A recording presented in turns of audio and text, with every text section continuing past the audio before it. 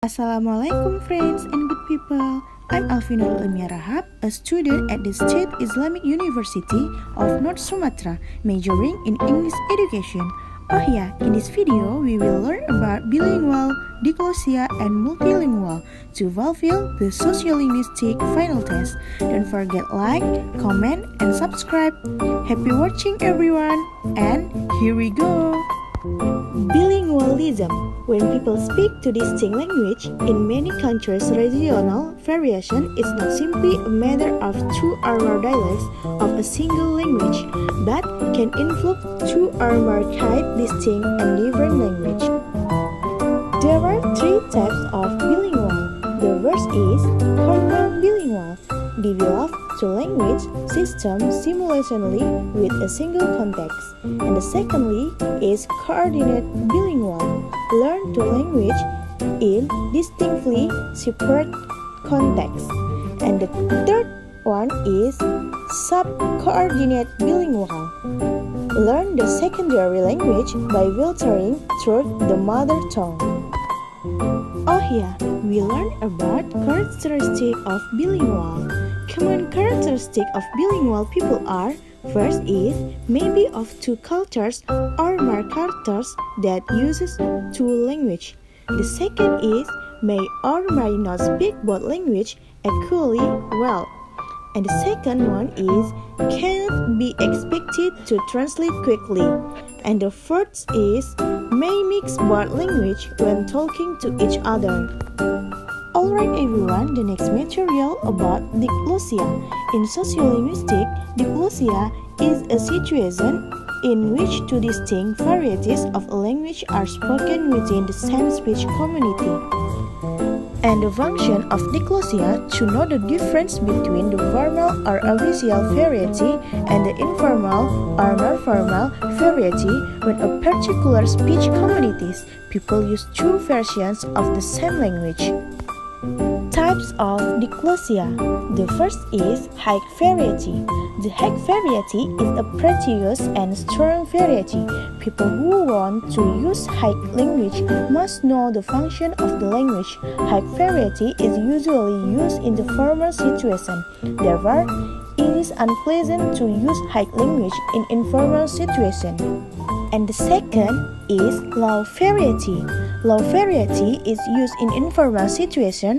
Low grade language is used by people with low prestige generally because it comes from informal situation in the community. Advantages of diglossia. The first is introducing a social dialect.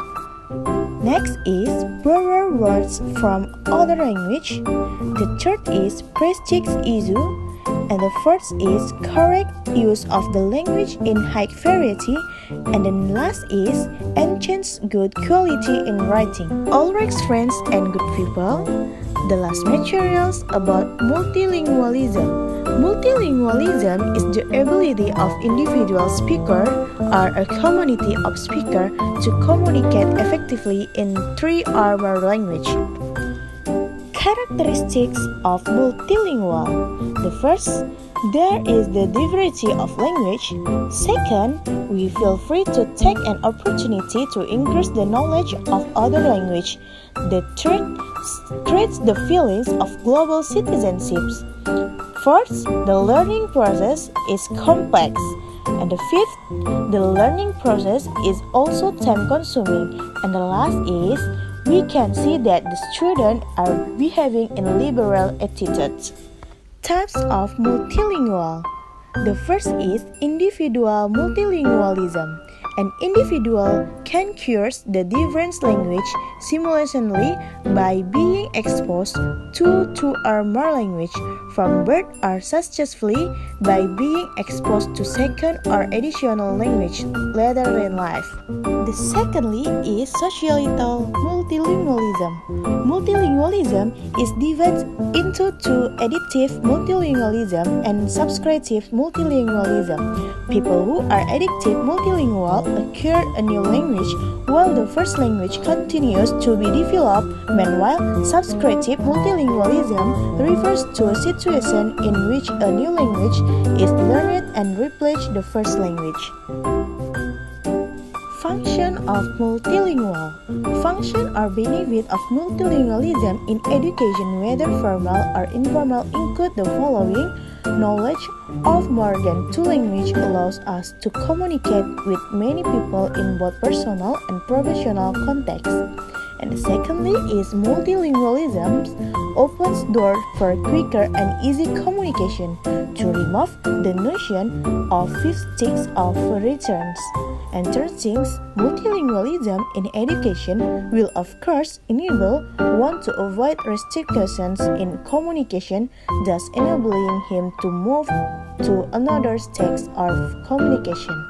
And the last is multilingualism provides an insight into the understanding of different cultures and experience, hence a multilingual becomes multicultural in nature.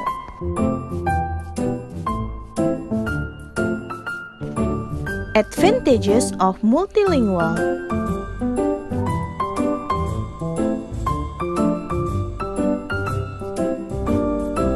The first is cognitive superiorities. People with multilingual might have cognitive superiorities. They tend to have schema for everything in their lives, including people, place, things, language, and skill, which means they organize everything they know into schemas or knowledge structures. The secondly is cultural superiorities. Multilingual are also multicultural individuals who can adapt different cultures more easily. This is closely related with intercultural competence. And the last is career. Foreign language skills also enhance the possibility to get jobs than people who just speak one language. Thank you for watching, friends and good people, and thank you to Ma'am Dr. Solihatul Hamidah Daulay as the lecturer in sociolinguistic subject who has guided me to complete this video. Bye bye.